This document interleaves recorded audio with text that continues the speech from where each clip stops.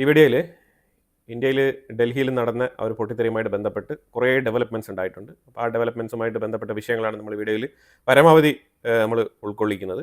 അപ്പോൾ ഇതിൽ ഒരു 14 പേരോളം അറസ്റ്റിലായിട്ടുണ്ട്. ഇതിൽ കുറേ പേര് ജമ്മു ആൻഡ് കാശ്മീരിൽ, പിന്നെ കുറച്ച് പേര് ഈ ഹരിയാന, ഫരീദാബാദ് ആ സ്ഥലങ്ങളിൽ നിന്നെല്ലാം ആൾക്കാർ അറസ്റ്റ് ചെയ്യപ്പെട്ടിട്ടുണ്ട്. പ്രത്യേകിച്ചും അൽഫല മെഡിക്കൽ കോളേജ് ആ ഒരു കോളേജിൽ തന്നെ കുറേ അറസ്റ്റ് രേഖപ്പെടുത്തിയിട്ടുണ്ട്. 4 ലാബ് ടെക്നീഷ്യൻസിനെ അവിടെ നിന്ന് അറസ്റ്റ് ചെയ്തിട്ടുണ്ട്. ഈ കാറ്, അതായത് ഈ പൊട്ടിത്തെറിച്ച കാറ് ഈ അൽഫല യൂണിവേഴ്സിറ്റിയിൽ നിന്നാണ് ഇത് പുറപ്പെട്ടത്. അതാണ് ഇതിൻ്റെ ഒരു സ്റ്റാർട്ടിംഗ് പോയിന്റ്. കഴിഞ്ഞ സെപ്റ്റംബർ 23-ാം തീയതി മുതൽ നവംബർ 10-ാം തീയതി വരെ ഈ കാറ് ഈ യൂണിവേഴ്സിറ്റിയുടെ ഈ മെഡിക്കൽ കോളേജിൻ്റെ ഉള്ളിലാണ് പാർക്ക് ചെയ്യപ്പെട്ടിരുന്നത്. അപ്പോൾ ഈ വെടിമരുന്നുകളെല്ലാം തന്നെ കുത്തി നിറച്ചാണ് ഇത് ലോഡ് ചെയ്തിട്ടാണ് പാർക്ക് ചെയ്തിരുന്നത്. ഇനി ഇതിന് പുറമെ ഒരു സർപ്രൈസിങ് ന്യൂസ് വന്നുകൊണ്ടിരിക്കുന്നു പറഞ്ഞാൽ, ഈ ലേഡി, ഈ ജയ്ഷ് സംഘടനയുമായിട്ട് ബന്ധപ്പെട്ട ഈ ലേഡി റിക്രൂട്ടർ ലേഡി, ഈ ഷാഹിൻ എന്ന് പറഞ്ഞ ഈ ലേഡി റിക്രൂട്ടറാണ്. ഓൺലൈനിലൂടെ ആൾക്കാരെ മനസ്സ് മാറ്റി ഈ തീവ്ര നിലപാടുള്ള ആശയത്തിലേക്ക് ചേർക്കുന്ന പ്രവൃത്തിയാണ് പുള്ളിക്കാരി ചെയ്തുകൊണ്ടിരിക്കുന്നത്. ഈ വണ്ടി വാങ്ങാൻ പൈസ കൊടുത്തത് ഈ പുള്ളിക്കാരത്തിയാണ്. അപ്പം 3 കാറുകളാണ് വാങ്ങിയത്. സെക്കൻഡ് ഹാൻഡ് കാർ 3 എണ്ണമാണ് വാങ്ങിച്ചത്. അതിൽ ഒരെണ്ണം പൊട്ടിത്തെറിച്ചിട്ടുണ്ട്. 2 എണ്ണം എവിടെയാണെന്നുള്ള ചോദ്യമാണ് ഉയർന്നത്. അപ്പോൾ അതിനകത്ത് മറ്റൊരു കാറ് കണ്ടെത്തിയിട്ടുണ്ട്. ഒരു ചുമന്ന ഫോർഡിൻ്റെ പഴയ കാറ് കണ്ടെത്തിയിട്ടുണ്ട്. അതിലും ഇതേപോലെ വെടിമരുന്ന് കുത്തി നിറച്ച് തന്നെയാണ് റെഡിയാക്കി നിർത്തിയിരിക്കുന്നത്. അപ്പോൾ ഇത് വേറെ എവിടെയോ പൊട്ടിത്തെറിക്കാൻ വേണ്ടിയിട്ട് റെഡിയാക്കി വെച്ചിരുന്നതാണ്. പക്ഷേ ഇനിയൊരു കാറ് മിസ്സിംഗ് ആണ്. അതിനെക്കുറിച്ച് പുള്ളിക്കാരത്തേക്ക് തന്നെ ഒരു ഐഡിയ ഇല്ല. ഓപ്പറേഷൻ ഇറക്കി വിട്ട് കഴിഞ്ഞു എന്നാണ് അതിൻ്റെ അർത്ഥം.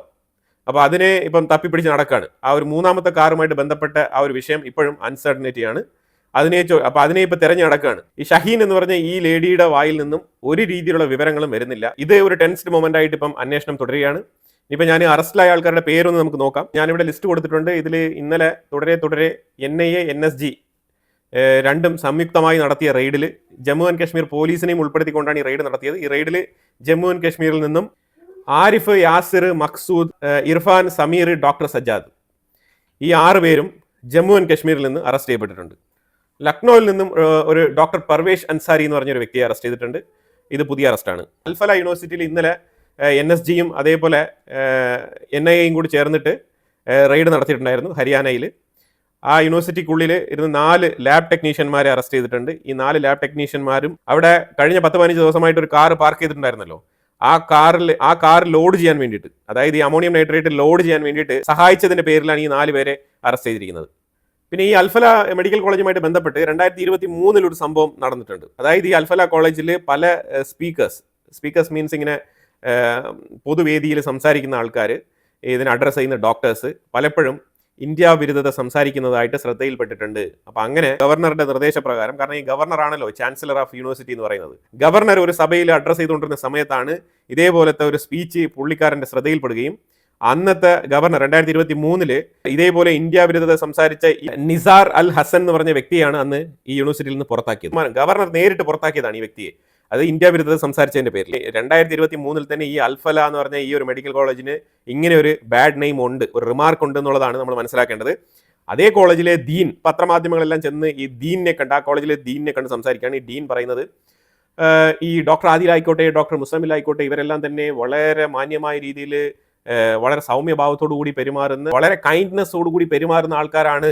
അവരുടെ പക്കൽ നിന്നാണ് ഇങ്ങനെ ഒരു അനുഭവം ഉണ്ടായതെന്നുള്ളത് അവരെ തന്നെ ഞെട്ടിപ്പിക്കുന്ന രീതിയിലാണ് അവർ ചിന്തിക്കുന്നത് എന്നുള്ള ഒരു സ്റ്റേറ്റ്മെന്റ് ആണ് പുള്ളിക്കാരൻ പറയുന്നത്. പക്ഷേ ഈ തീവ്രവാദികളെല്ലാം എണീറ്റുടനെ ഞാൻ തീവ്രവാദിയാണെന്ന് പറഞ്ഞുകൊണ്ട് നടക്കും, ഒരിക്കലുമില്ല. ഇവിടുത്തെ മിക്ക ആൾക്കാരും, അതായത് ഈ അൽഫല യൂണിവേഴ്സിറ്റിയിലെ, ഈ അൽഫല മെഡിക്കൽ കോളേജിലെ മിക്ക ആൾക്കാരും ഇതേപോലെ സൗമ്യ സ്വഭാവക്കാരാണെന്നാണ് പറയുന്നത്.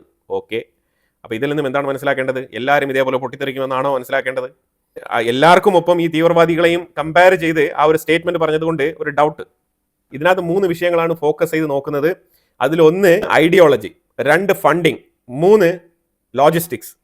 ഈ ലോജിസ്റ്റിക്സിൽ പ്രധാനമായിട്ട് മനസ്സിലാക്കേണ്ടത് ഈ 3200 കിലോഗ്രാമാണ് അമോണിയം നൈട്രേറ്റ് ഇന്ത്യക്കുള്ളിൽ കടത്തിയിരിക്കുന്നത്. ഇന്ത്യക്കുള്ളിൽ കടത്തിയിരിക്കുന്ന റൂട്ടിനെ കുറിച്ചുള്ള വ്യക്തമായ ചില ഇൻഫർമേഷൻസ് പുറത്തു വരുന്നുണ്ട്. അതിലൊന്ന് Bangladesh, next Bangladesh through Nepal to India. അപ്പം ഈ റൂട്ടിലൂടെയാണ് ഇന്ത്യക്കുള്ളിൽ വന്നിരിക്കുന്നതായിട്ടുള്ള വാർത്തകൾ ഇപ്പോൾ വരുന്നുണ്ട്. നമുക്ക് ആദ്യം മുതലേ ഈ ഒരു ബംഗ്ലാദേശുമായിട്ട് ബന്ധപ്പെട്ട ഒരു ഡൗട്ട് ഉണ്ടായിരുന്നു. ഇപ്പോൾ കൃത്യമായിട്ട് തുർക്കിയുടെ പേര് വരുന്നുണ്ട്, അതുപോലെ തന്നെ ബംഗ്ലാദേശിൻ്റെ പേര് വരുന്നുണ്ട്. എല്ലാവർക്കും അറിയാം ബംഗ്ലാദേശും തുർക്കിയും തമ്മിൽ നല്ല ബന്ധത്തിലാണ്. അപ്പം ഈ പാകിസ്ഥാനിലുള്ള തീവ്രവാദ സംഘടന ബംഗ്ലാദേശിനെ താവളമായി ഉപയോഗിച്ചുകൊണ്ട് തുർക്കി, ബംഗ്ലാദേശ്, പാകിസ്ഥാന്റെ ISI ഇവരെല്ലാം തന്നെ തുടരെ ബംഗ്ലാദേശ് വിസിറ്റ് ചെയ്താണ് കാര്യങ്ങളൊക്കെ നടത്തുന്നത്. അപ്പം ഇത്തവണത്തെ പ്ലാൻ എന്താണെന്ന് പറഞ്ഞാൽ ഇന്ത്യക്കുള്ളിൽ ആക്രമണം നടത്തണം, നമ്പർ 1. പക്ഷേ ഇന്ത്യക്ക് ഒരു തരത്തിലുള്ള ലീഡും പാകിസ്ഥാനിലേക്ക് കൊടുക്കാൻ പാടില്ല. ഒരു ഓപ്പറേഷൻ സിന്ദൂർ പോലത്തെ ഒരു പ്രവൃത്തിയിലേക്ക് ഇന്ത്യ വീണ്ടും പോകരുത്, അതിനുള്ള അവസരം കൊടുക്കരുത്. അപ്പം നോ ലീഡ്സ്, ആ ലീഡ് പാകിസ്ഥാനിലേക്ക് കൊടുക്കാത്ത രീതിയിൽ ആഗോളതലത്തിൽ ഇന്റർനാഷണലി ചിന്തിക്കുന്ന രീതിയിൽ ഇന്റർനാഷണൽ പ്രസൻസ്, അതായത് ഇന്റർനാഷണൽ തീവ്രവാദ സംഘടനകളുടെ ഐഡിയോളജി കടമെടുത്തുകൊണ്ട് അവരുമായിട്ടൊരു ബന്ധമുണ്ട് എന്നുള്ള നിലയിൽ സ്ഥാപിച്ചുകൊണ്ട് ഇതിന്റെ മീറ്റിംഗ്സ് എല്ലാം തന്നെ അബ്രോഡിൽ, അതായത് തുർക്കി പോലത്തെ രാജ്യങ്ങളിൽ ഔട്ട് ഓഫ് ദ സ്റ്റേഷനിൽ നടത്തിക്കൊണ്ട് ഇന്ത്യക്കുള്ളിൽ നടക്കുന്നത് ഇന്റർനാഷണൽ തീവ്രവാദത്തിന്റെ ഭാഗമാണ്, അല്ലാതെ പാകിസ്ഥാനോ അല്ലെങ്കിൽ ക്രോസ് ബോർഡർ ടെററിസമോ അങ്ങനെയൊന്നും ഇല്ല എന്ന് വരുത്തി തീർക്കുന്ന രീതിയിലാണ് ഇത്തവണത്തെ ആക്രമണങ്ങൾ പ്ലാൻ ചെയ്തിരിക്കുന്നത്. ഇത് വെച്ച് ഈ ഒരു പാറ്റേൺ വെച്ച് നോക്കുമ്പോഴത്തേക്കും ഇത് ഇന്ത്യക്കുള്ളിൽ തുടരെ നടക്കാനുള്ള സാധ്യതയുണ്ട് എന്നാണ് മനസ്സിലാക്കാൻ പറ്റുന്നത്. കാരണം ഇത്തവണ നമ്മൾ റിറ്റാലിയേറ്റ് ചെയ്തില്ല എന്നുണ്ടെങ്കിൽ, നമ്മൾ ഇത്തവണ കൃത്യമായിട്ടുള്ള സ്പോട്ടുകൾ കണ്ടെത്തി റിറ്റാലിയേറ്റ് ചെയ്യുന്നില്ല എന്നുണ്ടെങ്കിൽ ഇത് തുടരും എന്നാണ് മനസ്സിലാക്കാൻ പറ്റുന്നത്. കാരണം ഇന്ത്യ ഇപ്പം വളർച്ചയിലേക്ക്, അതായത് നമുക്ക് സാമ്പത്തിക മേഖലയെ പുഷ്ടിപ്പെടുത്താൻ വേണ്ടിയിട്ട് ഇന്ത്യ വളർച്ച ലക്ഷ്യമാക്കി മുന്നോട്ട് കുതിക്കുന്ന ഒരു സാഹചര്യമാണ്. തീവ്രവാദത്തിനെ ചെറുത്ത് നിൽക്കുക എന്നുള്ളത് സ്റ്റേറ്റ്മെന്റുകളിലൂടെ മാത്രമല്ല, സർജിക്കൽ സ്ട്രൈക്കിലൂടെ, അതായത് കൺവെൻഷണൽ മെത്തേഡ് ഓഫ് റിറ്റാലിയേഷൻ എന്നുള്ളതിലുപരിയായിട്ട് ഒരു യുദ്ധത്തിലേക്ക്, ഒരു ഫുൾ ഫ്ലെഡ്ജ്ഡ് വാറിലേക്ക് ഇന്ത്യ പോവില്ല എന്നുള്ളൊരു നിഗമനം തീവ്രവാദികൾക്കുണ്ട്. ഇനി അഥവാ പാകിസ്ഥാനുണ്ട്, ISIക്കുണ്ട്. അപ്പൊ ഇതുകൊണ്ട് തന്നെ എന്താണ് ഉദ്ദേശിക്കുന്നത് പറഞ്ഞാൽ ഇന്ത്യയുടെ വളർച്ചയെ തടയുന്ന രീതിയിലുള്ള പ്രവർത്തികളിലേക്ക് ഒന്നും ഇന്ത്യ ഏർപ്പെടില്ല എന്നുള്ള ഒരു ഇൻഡ്യൂഷൻ അവർക്ക്, ആ ഒരു ഇൻഡ്യൂഷൻ ലക്ഷ്യമാക്കിയിട്ടാണ് അവർ മുന്നോട്ട് നീങ്ങുന്നത്. പക്ഷേ ഈ സാഹചര്യത്തിൽ ഇന്ത്യ തിരിച്ചടിക്കും. ഇന്ത്യയുടെ തിരിച്ചടികൾ എന്ന് പറഞ്ഞാൽ എപ്പോഴും ടാർഗറ്റ് ഓറിയന്റഡ് ആയിട്ടാണ് ഇപ്പം ഇന്ത്യ മുന്നോട്ട് പോകുന്നത്. പക്ഷേ ഒരു കാര്യം ഞാൻ പറയാം, ഈ കൺവെൻഷണൽ സർജിക്കൽ സ്ട്രൈക്ക് റിറ്റാലിയേഷൻ മെത്തേഡിൽ തീവ്രവാദത്തിനെ പൂർണ്ണമായിട്ട് നമുക്ക് തടഞ്ഞു നിർത്താൻ കഴിയില്ല. അത് ഒരു പച്ചയായ യാഥാർത്ഥ്യമാണ്. തീവ്രവാദത്തിനെ തുടച്ചു നീക്കണം എന്നുണ്ടെങ്കിൽ നമ്മൾ സ്ഥലം കയ്യേറണം. അത് ബംഗ്ലാദേശ് ആണെങ്കിൽ ബംഗ്ലാദേശ്, പാകിസ്ഥാൻ ആണെങ്കിൽ പാകിസ്ഥാന്റെ സൈഡിൽ സ്ഥലം കയ്യേറണം. നമ്മൾ ഈ POK നമ്മൾ കുറച്ച് നാളത്തേക്ക് ബ്രേക്ക് എടുത്തിട്ട് ഇപ്പുറത്ത് താഴെ കറാച്ചി ഭാഗത്ത് നമ്മൾ ഫോക്കസ് ചെയ്യണം. കറാച്ചി ഭാഗത്ത് ഫോക്കസ് ചെയ്ത് കുറച്ചങ്ങ് അടിച്ചങ്ങ് കയറി അങ്ങ് പിടിക്കണം. പിന്നെയാണ് കളി കാണാൻ പോകുന്നത് പാകിസ്ഥാൻ. എപ്പോൾ ആക്രമണം നടത്തിയാലും നമ്മൾ ഇസ്രായേൽ മോഡലിൽ ഒരു അറ്റാക്ക് നടത്തി കുറച്ച് സ്ഥലം അങ്ങ് പിടിക്കണം. അത് പിടിച്ചു കഴിഞ്ഞാൽ മാത്രമാണ് ഇന്ത്യക്കുള്ളിൽ ഒരു ആക്രമണം നടത്തി കഴിഞ്ഞാൽ ഇന്ത്യ തിരിച്ചടിക്കും, സ്ഥലം പിടിച്ചെടുക്കും എന്നുള്ള ഒരു സ്ഥിതി നമ്മൾ വരുത്തണം. അങ്ങനെ വരുത്തിയാൽ മാത്രമേ ഇപ്പം നടന്നുകൊണ്ടിരിക്കുന്ന ഈ തീവ്രവാദത്തിനെ നമുക്ക് ചേർത്ത് തോൽപ്പിക്കാൻ കഴിയുള്ളൂ. അല്ലാത്ത പക്ഷം കൺവെൻഷണൽ മെത്തേഡിൽ നമ്മളൊരു സർജിക്കൽ സ്ട്രൈക്ക് നടത്തി ഇതിനെ തൽക്കാലം ഈ ഒരു തീവ്രവാദ ആക്രമണത്തിനെ കുറച്ച് നാളത്തേക്ക് നമുക്ക് എക്സ്റ്റെൻഡ് ചെയ്ത് നിർത്താൻ പറ്റും. ഒരു ഗ്യാപ്പ്, വീണ്ടും ഇതേ മാതൃകയിൽ ഈ പാറ്റേൺ റിപ്പീറ്റ് ചെയ്യും. അതാണ് മനസ്സിലാക്കേണ്ടത്. കാരണം അതിന് ഒത്ത രീതിയിലുള്ള മൈൻഡ് സെറ്റ് ഉള്ള, തലച്ചോറിൽ ഇങ്ങനെ തീവ്ര നിലപാട് കയറ്റി നടക്കുന്ന, ഇന്ത്യക്കുള്ളിൽ തന്നെ സുഖമായിട്ട് ജീവിച്ചുകൊണ്ട് അഴച്ച് വളർന്നു നിൽക്കുന്ന ഇതേപോലത്തെ തീവ്രവാദ മൈൻഡ് സെറ്റ് ഉണ്ട്. അതിനെ അവർക്ക് ഏത് കാലഘട്ടത്തും ട്യൂൺ ചെയ്യാം, ഉപയോഗിക്കാം, ഇതേപോലെ പൊട്ടിത്തെറികൾ സംഘടിപ്പിക്കാം. ഇപ്പം തന്നെ കണ്ടില്ലേ, 3 കാർ ഉണ്ടെന്നാണ് കേൾക്കുന്നത്. അതിൽ ഒരെണ്ണം ഇപ്പോൾ കണ്ടെത്തിയിട്ടുണ്ട്, ഒരെണ്ണം പൊട്ടിത്തെറിച്ചു, ഇനി ഒരെണ്ണം മിസ്സിംഗ് ആണ്. അതിന് എവിടെ പൊട്ടുമെന്ന് ആർക്കറിയാം. ഇതാണ് അവസ്ഥ. ഈ ജയ്ഷ് എന്ന് പറഞ്ഞ സംഘടനയുടെ തുർക്കി മീറ്റിംഗ്, ഈ മീറ്റിംഗ് എല്ലാം കണ്ടക്ട് ചെയ്യുന്നത് JNKയിൽ നബി എന്ന് പറഞ്ഞ ഒരു വ്യക്തിയും ഇമാം ഇർഫാൻ മുഹമ്മദ് എന്ന് പറഞ്ഞൊരു വ്യക്തിയുമാണ് ഈ തുർക്കിയിലേക്കുള്ള മീറ്റിംഗ് എല്ലാം കോർഡിനേറ്റ് ചെയ്യുന്നത്. അപ്പോൾ ഇവരെല്ലാം ഇപ്പോഴും ഒരു തേർഡ് പാർട്ടി കമ്മ്യൂണിക്കേഷനാണ് നടത്തുന്നത്. ഇവർ 1 by 1, അതായത് ഒരാളടുത്ത് പറഞ്ഞ് മറ്റൊരാളടുത്ത് സംസാരിച്ച് കൺഫേം ചെയ്തിട്ട് പിന്നീട് ഇവർ പോയി മീറ്റ് ചെയ്യുന്നത് 4ാമത് 5ാമത് 6ാമത്തെ കണക്ഷനിൽ വരുന്ന ആളിനെയാണ് ഇപ്പോൾ മീറ്റ് ചെയ്യുന്നത്. ആ രീതിയിലുള്ള കമ്മ്യൂണിക്കേഷൻ മെത്തേഡാണ് ഇവർ യൂസ് ചെയ്യുന്നത്. അപ്പോൾ ഈ തുർക്കിയുമായിട്ട് ബന്ധപ്പെട്ട മീറ്റിംഗ്, ഈ ജയ്ഷ് എന്ന് പറഞ്ഞ സംഘടനയ്ക്ക് ഫണ്ട് വരുന്നതാണ് ഖത്തറിൽ നിന്നും. അപ്പോൾ ലോജിസ്റ്റിക്കായി, ഫണ്ടിന്റെ സോഴ്സായി, അതുപോലെ തന്നെ തീവ്ര നിലപാടുള്ള അന്താരാഷ്ട്ര സംഘടനകളുടെ ലിങ്കുമായി എല്ലാം ഓക്കെ ആയി, പൂർണ്ണമായി. അതായത് ഇന്ത്യക്കുള്ളിൽ നടന്ന ആക്രമണത്തിന്റെ ആ ഒരു ഉത്തരവാദിത്വം ആരും ഏറ്റെടുക്കാത്തത്, അത് ജസ്റ്റ് ഒരു ക്രോസ് ബോർഡർ തീവ്രവാദമല്ല, അത് ഇന്റർനാഷണൽ തീവ്രവാദമാണ് എന്ന് വരുത്തി തീർക്കാനാണ് ഇപ്പോൾ ശ്രമിക്കുന്നത്. അഫ്ഗാനിസ്ഥാൻ കുറച്ച് പാകിസ്ഥാൻ സോൾജേഴ്സിനെ പിടിച്ചു വെച്ചിട്ടുണ്ട്. അതേപോലെ ഇന്ത്യ അഥവാ ഇത് ഇന്റർനാഷണൽ രീതിയിൽ മുന്നോട്ട് പോകുന്നു, ഇപ്പോൾ ഒരു റിറ്റാലിയേഷന്റെ സാധ്യത ഇല്ല എന്നൊക്കെ തീരുമാനിക്കുന്നെങ്കിൽ ബംഗ്ലാദേശിന്റെ സൈഡിൽ തീവ്രവാദികളുടെ കൃത്യമായിട്ടുള്ള താവളങ്ങൾ കണ്ടെത്തി ഒരു സർജിക്കൽ സ്ട്രൈക്ക് നടത്താനുള്ള സാധ്യതയുണ്ട്. അതിലുപരിയായിട്ട് അഫ്ഗാനിസ്ഥാനെ വെച്ചിട്ട് പാകിസ്ഥാന്റെ ഉള്ളിൽ തുരുതര പണി കൊടുക്കാനുള്ള സാധ്യതയും കാണുന്നുണ്ട്. അഫ്ഗാനിസ്ഥാൻ ഇന്നലെ പാകിസ്ഥാനുമായിട്ടുള്ള ട്രാൻസ്പോർട്ടേഷൻ കോറിഡോർ അടച്ചു പൂട്ടിയിരിക്കുകയാണ്. ഇനി പാകിസ്ഥാന്റെ ഉള്ളിൽ വീണ്ടും പഴയതുപോലെ തക്കാളിക്കും സവാളയ്ക്കൊക്കെ വില വർധനവ് ഉണ്ടാവാൻ പോവാണ്. ഇടയ്ക്ക് ഏതാണ്ട് 700 രൂപയ്ക്കായിരുന്നു തക്കാളിയുടെ വില 1 കിലോയുടെ. പിന്നീട് അഫ്ഗാനിസ്ഥാൻ ബോർഡറൊക്കെ തുറന്നു കൊടുത്തതിന് ശേഷമാണ് പിന്നെ വിലയിലെ ഒരു ചെറിയ സാമാന്യ നിയന്ത്രണം ഉണ്ടായത്. വീണ്ടും ഇതേപോലെ വില കുതിച്ചുയരാൻ പോകുന്ന ഒരു സാഹചര്യമാണ്. ഒരു 6ഓളം പാകിസ്ഥാൻ സോൾജേഴ്സിനെ പിടിച്ച് അവിടെ മൂലയിൽ ഇരുത്തി വെച്ചിട്ടുണ്ട്. അവരെ ഇപ്പം ബന്ദികളാക്കി കൊണ്ടുപോയിരിക്കുകയാണ് അഫ്ഗാനിസ്ഥാൻ. ഇതാണ് അഫ്ഗാനിസ്ഥാനും പാകിസ്ഥാനും തമ്മിൽ ഇപ്പം നിലവിൽ നടന്നുകൊണ്ടിരിക്കുന്ന സംഭവങ്ങൾ. ഡിസംബർ 5-ാം തീയതി Russian president Vladimir Putin India സന്ദർശിക്കും എന്നുള്ള വാർത്തകൾ വരുന്നുണ്ട്. ഡിസംബർ 5-ാം തീയതി ഡേറ്റ് കൺഫേം ആക്കിയിട്ടുണ്ട്. പിന്നെ ഇന്നലെ സെലൻസ്കിയുമായിട്ട് ബന്ധപ്പെട്ട ഒരു കറപ്ഷൻ വാർത്ത ഞാൻ അപ്ഡേറ്റ് ചെയ്തിട്ടുണ്ടായിരുന്നു. അപ്പോൾ ആ കറപ്ഷൻ വാർത്തയിൽ ഡെവലപ്മെന്റ്സ് വന്നിട്ടുണ്ട്. ഡെവലപ്മെന്റ്സിൽ ജസ്റ്റിസ് മിനിസ്ട്രിയും എനർജി മിനിസ്ട്രിയും സെലൻസ്കി സ്റ്റെപ്പ് ഡൗൺ ചെയ്തിരിക്കുകയാണ്, പദവി നീക്കം ചെയ്തിരിക്കുകയാണ്.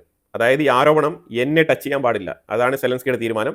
രണ്ടുപേരെയും വിളിച്ച് രഹസ്യമായിട്ട് ഒരു ചർച്ച നടത്തിയിട്ടുണ്ട്. ആ ചർച്ചയിൽ നമുക്ക് ഇത്ര പൈസ കിട്ടിയിട്ടുണ്ട്, ഓക്കെ, കിട്ടിയത് കിട്ടി, ഓക്കെയാണ്. ഇനി കൂടുതൽ നിന്ന് കഴിഞ്ഞാൽ എല്ലാവരും കൂടി മൊത്തത്തിൽ അവതാളത്തിലാവും. അപ്പോൾ അതുകൊണ്ട് തൽക്കാലം നിങ്ങൾ മാറി നിൽക്കുക, ബാക്കിയുള്ള കാര്യം നമുക്ക് പിന്നീട് സെറ്റിൽ ചെയ്യാം എന്നുള്ള രീതിയിൽ പറഞ്ഞ് നിർത്തി മാറ്റി വെച്ചിരിക്കുകയാണ്. അപ്പം സെലൻസ്കി ഇപ്പോൾ തൽക്കാലം രക്ഷപ്പെട്ട് നിൽക്കാൻ വേണ്ടിയിട്ടാണ് ഈ തീരുമാനം എടുത്തിരിക്കുന്നത്. കാരണം സെലൻസ്കിക്കും ഇതിനകത്ത് പങ്കുണ്ട് എന്നുള്ളതാണ് ആരോപണം. അത് ആന്റി കറപ്ഷൻ ബ്യൂറോയുടെ ആരോപണമാണ്. ഉക്രൈനിലെ ആന്റി കറപ്ഷൻ ബ്യൂറോയുടെ ആരോപണം അത് ഉക്രൈനിലെ പത്രമായിട്ടുള്ള കീവ് ഇൻഡിപെൻഡന്റിൽ തന്നെ അടിച്ചു വന്നിട്ടുണ്ട്.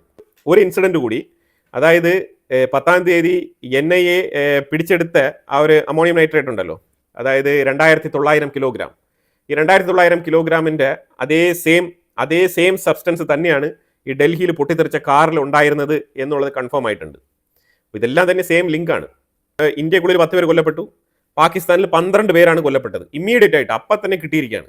ഏത് തരത്തിലുള്ള ആക്രമണം ആയിക്കോട്ടെ, അത് തീവ്രവാദ ആക്രമണമോ അല്ലെങ്കിൽ TTP നടത്തിയതോ ബലൂചിസ്ഥാൻ നടത്തിയതോ എന്തും ആയിക്കോട്ടെ, പക്ഷേ പാകിസ്ഥാൻ്റെ ഉള്ളിൽ ഒരു കാർ പൊട്ടിത്തെറിച്ച് 12 പേരാണ് കൊല്ലപ്പെട്ടത്. അപ്പോൾ അതായത് ഒരു നോർമലൈസ്ഡ്, അതായത് ഇതിനെ പാകിസ്ഥാൻ ഏത് തരത്തിൽ ന്യായീകരിക്കാൻ ശ്രമിച്ചാലും, അതായത് ഇന്ത്യക്കുള്ളിൽ മാത്രമല്ല ഞങ്ങളുടെ അവിടെയും പൊട്ടിത്തെറിച്ചിട്ടുണ്ട് എന്നുള്ള ഒരു നോർമൽ വിഷയമായിട്ട് ആക്കി തീർക്കാൻ വേണ്ടിയിട്ടാണ് പാകിസ്ഥാന്റെ ഉള്ളിൽ ഈ പൊട്ടിത്തെറി സംഭവിച്ചിരിക്കുന്നത്. ആരും തന്നെ ഏറ്റെടുത്തിട്ടില്ല. ഇത് ഏറ്റെടുക്കാത്തതിന്റെ കാരണം ഇത് ലഷ്കറോ ജയ്ഷോ ഈ രണ്ട് സംഘടനയിൽപ്പെട്ട ഏതെങ്കിലും ഒരാൾക്കാർ ചെയ്തിട്ടുള്ളതാവാനാണ് വഴി. അല്ലാതെ ഇതിനകത്ത് വേറെ ഒരു മാർഗവും കാണുന്നില്ല. കാരണം പാകിസ്ഥാന്റെ നേർക്ക് ഇന്ത്യ വിരൽ ചൂണ്ടാൻ പാടില്ല എന്നാണ് ഈ ഒരു പൊട്ടിത്തെറി കൊണ്ട് അവർ ഉദ്ദേശിച്ചത്. പക്ഷേ 12 പേരുടെ ജീവൻ നഷ്ടപ്പെട്ടിട്ടുണ്ട്. ഇനി നേരെ നിങ്ങൾ മറിച്ച് അങ്ങോട്ട് നോക്കൂ, തുർക്കിയിലേക്ക്. തുർക്കി ഈ വിഷയത്തിൽ ഇൻവോൾവ് ആണ്. തുർക്കി സംഭവിച്ചിരിക്കുന്നത് ഇന്നലെ തന്നെ അവരുടെ 20 ഇമ്പോർട്ടന്റ് ആയിട്ടുള്ള ഉദ്യോഗസ്ഥർ, അതായത് ഇവിടെ ഞാൻ ലിസ്റ്റ് കൊടുക്കാം, പൊസിഷനിലുള്ള റാങ്ക് ഹോൾഡ് ചെയ്യുന്ന ഉദ്യോഗസ്ഥരാണ്, ആർമി ഉദ്യോഗസ്ഥർ. 20 പേരാണ് ആ C-130 എന്ന് പറഞ്ഞ ഒരു കാർഗോ എയർക്രാഫ്റ്റ് പൊട്ടിത്തെറിച്ച് മരണപ്പെട്ടത്. അപ്പോൾ ഇതാണ് അവസ്ഥ. 20 പേര് തുർക്കിക്ക് ഇമ്മീഡിയറ്റ് ലോസ്. അപ്പം അതിൽ തുർക്കിയിൽ ഇന്ന് അവർക്ക് വേണ്ടിയിട്ടുള്ള വലിയ രീതിയിലുള്ള അനുശോചനമാണ് അവിടെ രേഖപ്പെടുത്തിയത്. ഇതാണ് തുർക്കിയുടെ അവസ്ഥ. അതായത് ഇന്ത്യക്കിട്ട് പണിയാൻ വേണ്ടിയിട്ട് ഒരുങ്ങി വന്ന ആൾക്കാർക്ക് സംഭവിച്ചത് ഇമ്മീഡിയറ്റ് ആയിട്ട് അപ്പം തന്നെ കിട്ടിയിരിക്കുകയാണ്. പിന്നെ ഇന്ത്യ എന്തായാലും ഇതിന് റിട്ടാലിയേഷൻ പ്ലാൻ ചെയ്യുന്നുണ്ട്. പക്ഷെ അത് ഏത് രീതിയിൽ, ഏത് മാർഗം എന്നുള്ളത് ഇപ്പം നമുക്കറിയില്ല. അതാണ് നിലവിലെ അപ്ഡേറ്റ്. അപ്പോൾ എന്തായാലും കുറേ ഇമ്പോർട്ടൻ്റ് ആയിട്ടുള്ള വിഷയങ്ങളാണ് നമ്മൾ വീഡിയോയിൽ പങ്കുവച്ചത്. ഇതിനെക്കുറിച്ചുള്ള അഭിപ്രായങ്ങൾ കമന്റ് ബോക്സിൽ രേഖപ്പെടുത്തുക. കൂടുതൽ വാർത്തകളുമായിട്ട് അടുത്ത വീഡിയോയിൽ വരാം. Thank you so much.